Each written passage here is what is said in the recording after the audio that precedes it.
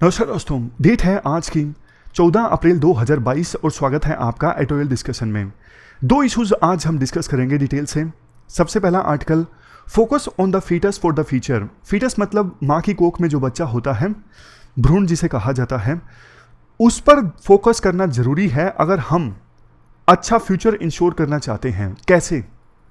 दूसरा ये article, China के विदेश मंत्री इंडिया की यात्रा पर आए थे ना, उन्होंने एशिया में G2 का आइडिया प्रपोज किया था। कहा जाता है इनडायरेक्टली उन्होंने प्रपोजल दिया था कि आप क्वाड से अलग हो जाइए और एशिया में हम दोनों मिलकर अपना इन्फ्लुएंस मेंटेन करेंगे। तो ये आर्टिकल भी हम डिस्कस करेंगे। कोट है आज का बेंजामिन फ्रैंकलिन का, an investment in knowledge always page the best interest. Knowledge में जब इन्वेस्टमेंट होती है तो उसका सबसे बेस्ट इंटरेस्ट आता है। चलिए डिस्कशन स्टार्ट करते हैं। फर्स्ट इंपोर्टेंट आर्टिकल, फीटस यानी भ्रूण की हेल्थ से संबंधित है।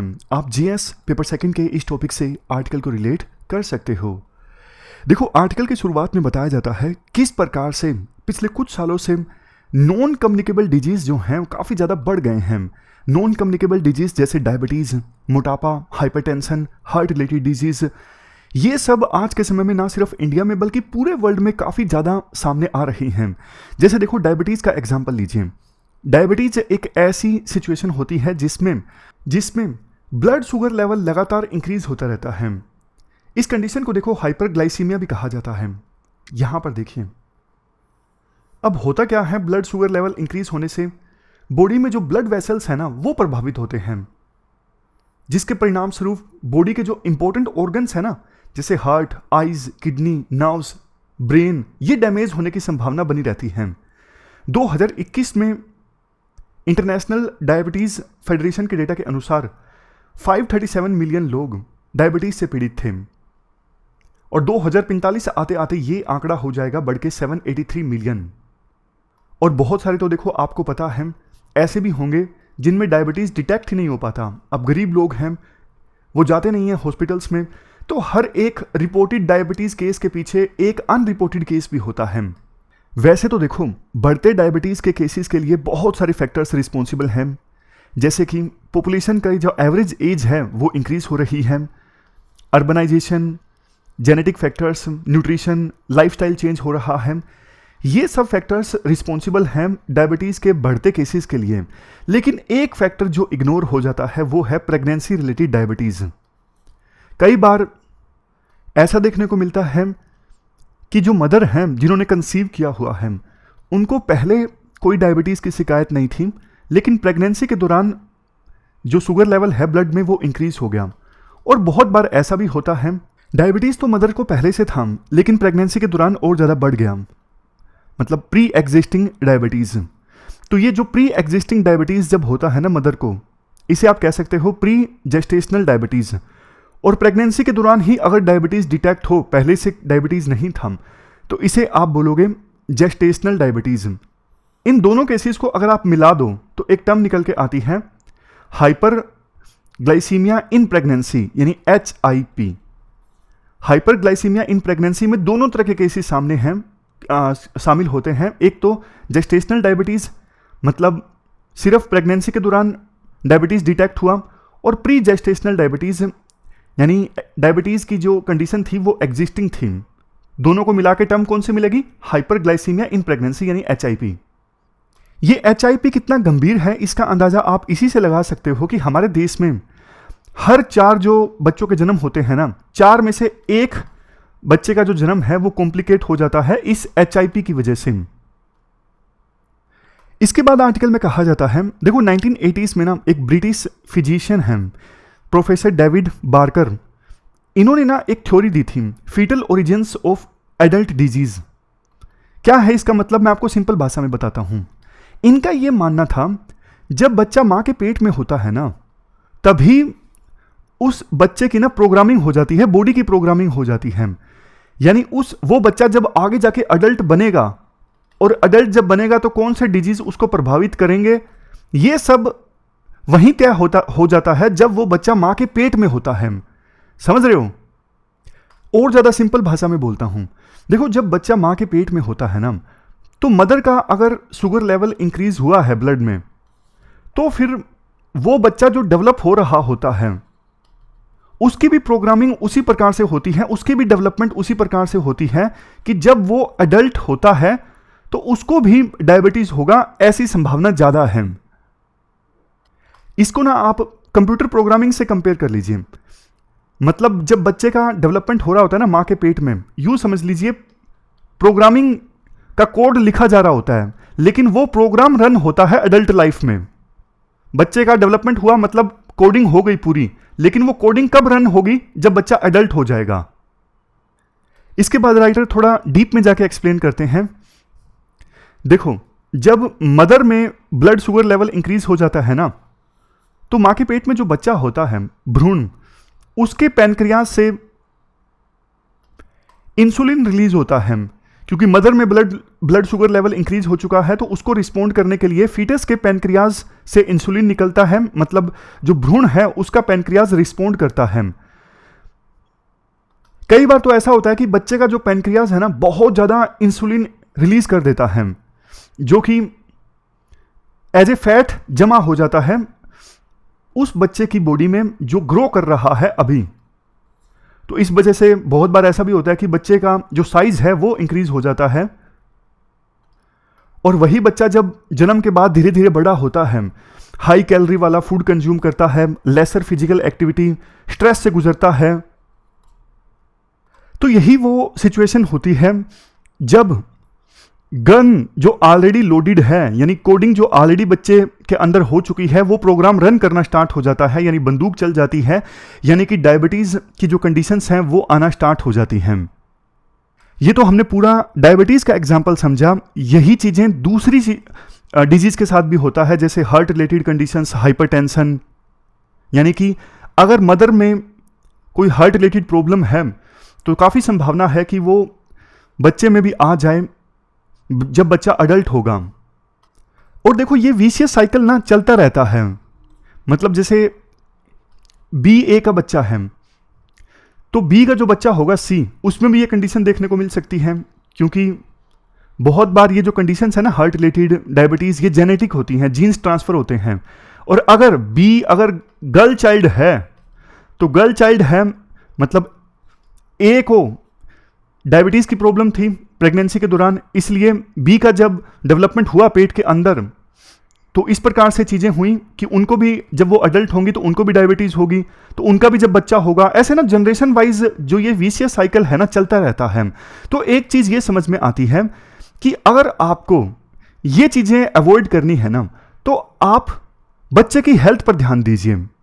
जब बच्चा मां के पेट में होता है ना, उस सिचुएशन पे आप सबसे ज्यादा ध्यान दीजिए। इस आर्टिकल का टाइटल भी यही है, ध्यान से देखिए। Key phrase is focus on the fetus for the future. अगर हमें फ्यूचर को हेल्दी बनाना है ना, तो फीटस पर ध्यान दें, यानी भ्रूण पर ध्यान दें, मां के पेट में जो बच्चा है ना उस पर ध्यान दें। क्या किया जा सकता है? जैसे देखो, एग्जाम्पल के तौर पर अगर कोई महिला कंसीव करती है, तो कंसीव करने से पहले ही जो ब्लड शुगर लेवल है ना उसको नॉर्मल मेंटेन किया जाए। अगर डायबिटीज पहले से है, हेल्दी वेट मेंटेन किया जाए ताकि डायबिटीज जो है वो बढ़ ना पाए और शुगर लेवल मतलब नॉर्मल रहे, बढ़ ना पाए। प्रेगनेंसी का जो पहली तिमाही होती है ना, पहले 3 महीने, वो काफी इंपॉर्टेंट होते हैं, वो क्रिटिकल पीरियड होता है। ये वो समय होता है जब बच्चे के जो ऑर्गन्स है ना वो डेवलप होते हैं। अगर इन पहले 3 महीनों में मदर किसी प्रकार के ज्यादा स्ट्रेस या फिर एंजाइटी से गुजरती है ना, तो डैमेज जो है ना पूरी लाइफ बरकरार रहता है। तो पहले 3 महीने में किसी प्रकार का कोई स्ट्रेस, एंजाइटी नहीं होनी चाहिए। ये सब चीजें कैसे इंश्योर की जा सकती हैं? जब देखो प्रेग्नेंट वुमन पहली विजिट के लिए जाती है ना मैटरनिटी क्लिनिक में, तभी ये सब चीजें डॉक्टर मदर को समझा सकती हैं। और डायबिटीज के लिए भी मदर की स्क्रीनिंग हो सकती है कि अगर डायबिटीज है तो उसका प्रॉपर शुगर लेवल मेंटेन रहे, यानी नॉर्मल रहे। कई बार एक शिकायत ये होती है कि डायबिटीज का जो टेस्ट होता है ना थोड़ा मुश्किल होता है और खाली पेट जाना पड़ता है, फास्ट करना पड़ता है थोड़ा सा टेस्ट करवाने के लिए। तो प्रोफेसर वी सेसाए हैं चेन्नई से, इन्होंने ना सिंगल टेस्ट अप्रोच अपनाई, जिसमें प्रेग्नेंट वुमन को ना एक सिंगल ग्लूकोज का कुछ लोड दिया जाता है खाने के लिए। तो उसके बाद ब्लड शुगर लेवल को टेस्ट किया जाता है 2 घंटे के बाद में। मतलब फास्टिंग करने की जरूरत नहीं है, टेस्ट तक भूखे रहने की आपको जरूरत नहीं है। सिर्फ आपको सिंगल ग्लूकोज का एक लोड दिया जाएगा खाने के लिए और 2 घंटे बाद आपका डायबिटीज़ का टेस्ट हो जाएगा। इस टेस्ट को ना गवर्नमेंट ऑफ इंडिया के द्वारा अडॉप्ट किया गया है नेशनल हेल्थ मिशन में। तो ये टेस्ट जो है ना वाइड स्प्रेड फॉलो हो सकता है प्रेगनेंसी के दौरान डायबिटीज़ की जांच करने के लिए। लास्ट में आर्टिकल में ये कहा जाता है प्रोफेसर सेसियम जिन्होंने ये टेस्ट डेवलप किया है ना, इनका जन्म दिवस होता है 10 मार्च को, और 10 मार्च का जो दिन है गवर्नमेंट ऑफ इंडिया ने national gestational diabetes mellitus awareness day के रूप में ऑब्जर्व करना स्टार्ट किया है। और प्रोफेसर शेषिया को पद्मश्री अवार्ड भी दिया गया है इसी साल। और जो ये आर्टिकल का टाइटल है ना, focus on the fetus for the future, ये उन्हीं के वर्ड्स हैं। तो ये हमने पूरा आर्टिकल डिस्कस किया। चलते हैं आगे। इसके बाद हमारा आज का नेक्स्ट जो आर्टिकल है इंडिया चाइना रिलेशंस से संबंधित है, बीच में यूएसए का भी एंगल है। आप जीएस पेपर 2 के इस टॉपिक से आर्टिकल को रिलेट कर सकते हो। देखो, जब से ये यूक्रेन वार स्टार्ट हुआ है ना, ये चीज़ हमने काफ़ी बार डिस्कस की है। बहुत सारे डिप्लोमेट्स इंडिया में आए हैं इंडिया से एंगेज करने के लिए। जैसे आप एग्जांपल देखिए, रशिया के फॉरेन मिनिस्टर इंडिया में आए, चाइना के फॉरेन मिनिस्टर इंडिया में आए, जापान के प्रधानमंत्री पिछले महीने इंडिया में आए, ऑस्ट्रेलिया ने भारत के प्रधानमंत्री के साथ वर्चुअल समिट अटेंड किया, 2+2 डायलॉग अभी चल रहा है यूएसए के साथ, मतलब खत्म हो गया अभी तो। बट आप इंडिया का सिग्नल देखिए, एक तरफ इंडिया क्वाड में शामिल है यूएस, जापान, ऑस्ट्रेलिया के साथ, और क्वाड के इंडिया के बाकी जो पार्टनर्स हैं ना, वो रशिया पर सैंक्शंस लगा रहे हैं और पुतिन को बहुत ज़्यादा कंडेम कर रहे हैं, यूक्रेन को मिलिट्री एड दे रहे हैं। जबकि इंडिया ने रशिया के फॉरेन मिनिस्टर को वेलकम किया न्यू दिल्ली में। बट हाँ, एक चीज़ साफ रही, रशिया के फॉरेन मिनिस्टर प्रधानमंत्री मोदी से नहीं मिल पाए। इसके साथ साथ इंडिया ने यह भी साफ कर दिया कि हम रशिया से क्रूड ऑयल इंपोर्ट करना जारी रखेंगे, बल्कि और ज़्यादा इंपोर्ट करेंगे, क्योंकि रशिया हमें क्रूड ऑयल डिस्काउंट पर दे रहा है। यूएस के deputy national security adviser Dalip Singh जब भारत की यात्रा पर आए तो उन्होंने ये बोला, जो लोग रशिया के ऊपर सैंक्शंस को नहीं मान रहे हैं उनको कंसिक्वेंसेस भुगतने पड़ेंगे। साफ तौर पर इशारा इंडिया की तरफ भी था, क्योंकि इंडिया उस समय तक अपना जो स्टैंड है साफ कर चुका था। देखो, यूएसए को ये लगता है कि अभी तक हम इंडिया के कंसर्न्स को लेकर ना काफी सिंपैथेटिक रहे हैं, लेकिन इंडिया हमारी बात नहीं मान रहा है। जबकि इंडिया का यह कहना है कि देखो, रशिया से हमारी कोई दुश्मनी ही नहीं है, तो आपके कहने पर हम रशिया के ऊपर आपके लगाए हुए सैंक्शंस को क्यों माने। तो इंडिया ने ये इंडिपेंडेंट स्टैंड लिया ना क्वाड के बाकी पार्टनर से अलग यूक्रेन वार के ऊपर।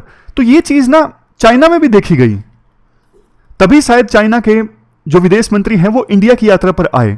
शायद चाइना का प्रयास ये हो कि इंडिया को क्वाड से अलग किया जा सके, या फिर चाइना के फॉरेन मिनिस्टर की भारत यात्रा एक्सप्लोर करने के लिए थी कि आगे अब इंडिया के साथ रिलेशंस को किस प्रकार से टैकल किया जाए।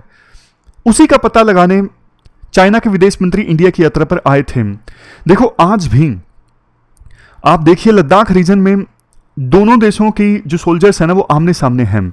7 पॉइंट्स पे पहले टकराव था, जिसमें से 4 पॉइंट्स पर टकराव अभी खत्म हो चुका है, लेकिन पूरी तरह से खत्म नहीं हुआ है। जैसे मान लीजिए सोल्जर यहां पे थे, वो कुछ माइल्स पीछे चले गए। इसका मतलब ये नहीं कि वो पूरी तरह से डिसएंगेज हो चुके हैं, डिस्टेंस मेंटेन हो गया है। जबकि 3 पॉइंट्स ऐसे हैं जहां पर अभी भी दोनों देशों की जो मिलिट्री है ना वो आमने सामने है। 15 राउंड्स की बातचीत हो चुकी है, लेकिन कोई सॉल्यूशन नहीं निकला है। वैसे देखो, इंडिया ने चाइना को थोड़ा कंसेशन देने की कोशिश की। इंडिया ने कहा कि पेट्रोलिंग पॉइंट 15 पर आप डिसएंगेज कर लीजिए, दपसांग और डेमचोक इन पॉइंट्स पर हम बोल देंगे कि ये लिगेसी इश्यूज हैं, ये पहले से चले आ रहे इश्यूज हैं। एक बात देखो यहां पर माननी होगी कि अभी जो सरकार है ना वो चाइना के साथ बॉर्डर डिस्प्यूट को लेकर ना काफी चुप है। मतलब पार्लियामेंट में कोई ठोस स्टेटमेंट नहीं दी गई है। सरकार ने कभी क्लैरिफाई नहीं किया है कि किन किन पॉइंट्स को लेकर विवाद है, क्या सिचुएशन है। पूरी तरह से सरकार ने कभी नहीं क्लैरिफाई किया। और शुरुआत में भी जब यह मामला मीडिया में आया ना, तब जाके सरकार ने माना कि हां अभी डिस्प्यूट चल रहा है चाइना के साथ में। कोई मीडिया ब्रीफिंग सरकार की तरफ से नहीं हुई है। इवन ये बात उससे भी क्लियर हो गई, जो इंडिया में यूएस के एम्बेसडर है ना किनीथ जेस्टर, इन्होंने कहा था कि गवर्नमेंट ऑफ इंडिया ने हमें इंस्ट्रक्ट किया था कि आप जॉइंट स्टेटमेंट में चाइनीज एग्रेशन का जिक्र मत कीजिएगा। इससे ना बहुत सारी चीजें साफ होती हैं।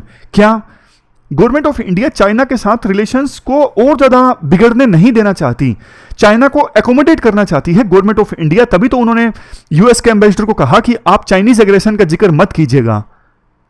शायद इसलिए कि चाइना को यूं ना लगे कि हाँ इंडिया और यूएस तो अब एकजुट हो गए हैं हमारे खिलाफ में। बट चाइना हमारे कंसर्न्स का कभी ध्यान नहीं रखता। जब भारत की यात्रा पर आए थे ना चाइना के विदेश मंत्री कुछ दिनों पहले, मिस्टर वांग, उससे पहले ही इन्होंने ऑर्गेनाइजेशन ऑफ इस्लामिक कोऑपरेशन की मीटिंग में, मतलब इस ऑर्गेनाइजेशन ऑफ इस्लामिक कोऑपरेशन के फॉरेन मिनिस्टर्स की मीटिंग थी जो कि चाइना के फॉरेन मिनिस्टर ने भी अटेंड की थी, उसमें कश्मीर के इश्यू पर एक प्रोवोकेटिव स्टेटमेंट, यानी इंडिया को प्रोवोक करने वाला जो स्टेटमेंट है वो साइन किया था। और एग्जाम्पल देखिए, कोविड-19 के बाद चाइना ने ना साउथ कोरिया और पाकिस्तान के स्टूडेंट्स को वापस चाइना में आने की इजाजत दे दी है, लेकिन यही चीज 23,000 इंडियन स्टूडेंट्स के लिए अलाउ नहीं की गई है। मतलब यह है कि चाइना इंडिया के साथ डील तो करना चाहता है लेकिन खुद की टर्म्स पर। बॉर्डर क्राइसिस के बावजूद चाइना का इंडिया के साथ जो ट्रेड है ना वो 2021 में $125 बिलियन तक पहुंच गया। Asian infrastructure and investment bank से सबसे ज्यादा जो लोन मिलता है वो इंडिया को मिलता है। और भी एग्जांपल्स हैं। गवर्नमेंट ऑफ इंडिया ना चाइना को लेकर डिफेंसिव रहती है। जैसे चाइना ने जिस प्रकार से हांगकांग में लोगों के ह्यूमन राइट्स का वायलेशन किया, उइगर मुस्लिम्स को मिसट्रीट किया, कभी कुछ नहीं बोला गवर्नमेंट ऑफ इंडिया ने। हालांकि उसका एक रीजन ये भी हो सकता है कि अगर इंडिया बोलेगा तो फिर कश्मीर के इशू पर चाइना भी बोलेगा। और दलाई लामा की एक्टिविटीज को भी सरकार ने इस प्रकार से कैलिब्रेट किया है कि इससे जो चाइना है ना वो नाराज ना हो। लेकिन देखो, इंडिया को एक बात यह समझने की आवश्यकता है, इंडिया और यूएसए के बीच में ना बहुत सारे डिफरेंसेस हैं। जैसे WTO को लेकर डिफरेंस है, अफगानिस्तान को लेकर सोच अलग अलग थी इंडिया और यूएस की, लेकिन चाइना एक ऐसा ग्लू है, गोंद है, जिसने इंडिया और यूएसए को एक साथ लाया है। हमेशा यूएसए में कुछ एक्सपर्ट्स ऐसे हैं जो इंडिया पर क्वेश्चंस रेज करते रहते हैं कि इंडिया एक रिलायबल पार्टनर नहीं है, इंडिया का जो पावर है चाइना से काफी कम है, चाइना की इकोनॉमी इंडिया की इकोनॉमी से 6 गुना ज्यादा है। तो यूएसए में बहुत सारे एक्सपर्ट्स इंडिया पर क्वेश्चन रेज करते रहते हैं कि आप इंडिया पर भरोसा मत कीजिए। बट यूएसए की सरकार को यह लगता है कि जिस प्रकार से 2020 में इंडिया ने चाइनीज एग्रेशन का सामना किया ना, तो इंडिया को यह समझ में आ चुका है कि चाइना से निपटने के लिए हमें यूएस की आवश्यकता है। जबकि दूसरी तरफ देखो, चाइना ना अब इंडिया को इस प्रकार का आइडियाज देने लगा है, मतलब इनडायरेक्टली। अभी जो चाइना के विदेश मंत्री आए थे ना इंडिया की यात्रा पर, उन्होंने ऑफर किया इंडिया को कि हम एशिया में ना चाइना इंडिया प्लस का खेल खेलते हैं, मतलब दोनों साथ मिलके अपना इन्फ्लुएंस बरकरार रखते हैं साउथ एशिया में और यूएस को नहीं आने देंगे। हालांकि साफ साफ ये चीजें बोली नहीं जाती, मतलब तो यही है ना, एशिया में G2 मतलब कौन? इंडिया और चाइना, चाइना इंडिया प्लस ये ग्रुप बने साउथ एशिया में। तो वैसे तो देखो, अभी जब तक इंडिया चाइना बॉर्डर पर डिस्प्यूट रहता है, इंडिया ऐसे किसी भी आइडिया को हवा नहीं देगा।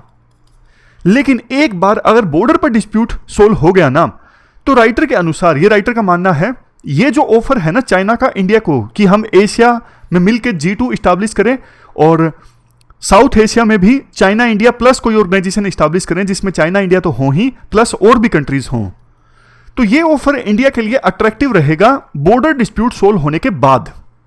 अभी तो देखो, ये पूरी जो चीजें हैं वो शुरुआती स्टेज में हैं, लेकिन हाँ एक बात साफ है, बहुत सारे ऐसे इश्यूज हैं जिनको लेके इंडिया और यूएस के बीच में डिफरेंसेस हैं। जैसे यूएस बहुत बार इंडिया में ह्यूमन राइट्स के इशू पर बोलता रहता है, ये चीज़ें भारत को अच्छी नहीं लगती। तो आने वाले समय में क्या होगा वो देखने वाली बात है, लेकिन बॉर्डर डिस्प्यूट सोल्व होगा तभी कुछ पॉसिबल है, अदरवाइज कुछ भी पॉसिबल नहीं है। और ये सब राइटर के व्यूज़ हैं। अब दूसरे राइटर ये बोल सकते हैं कि इंडिया और यूएस की जो दोस्ती है वो बहुत गहरी है, जिस इंडिया कभी भी चाइना पे भरोसा करेगा ही नहीं। मुझे भी पर्सनली ये लगता है कि इंडिया चाइना पर कभी भी भरोसा नहीं करेगा। जिस प्रकार से 1962 में वार हुआ, जिस प्रकार से इतने सालों की शांति के बाद में अभी एकदम से चाइना ने एग्रेशन शो किया, इंडिया चाइना पे कभी भरोसा नहीं करेगा। इंडिया जो कर रहा है ना, जिसके लिए इंडिया जाना जाता है, बस सभी के साथ दोस्ती मेंटेन करना और किसी ग्रुप में शामिल ना होना। इंडिया इसी चीज पर आगे बढ़ता रहेगा। ये हमने पूरा आर्टिकल डिस्कस किया और आज 2 ही इश्यूज इंपॉर्टेंट थे, दोनों हमने डिस्कस किए। फिलहाल इस डिस्कशन में इतना ही है। Thank you very much for discussion.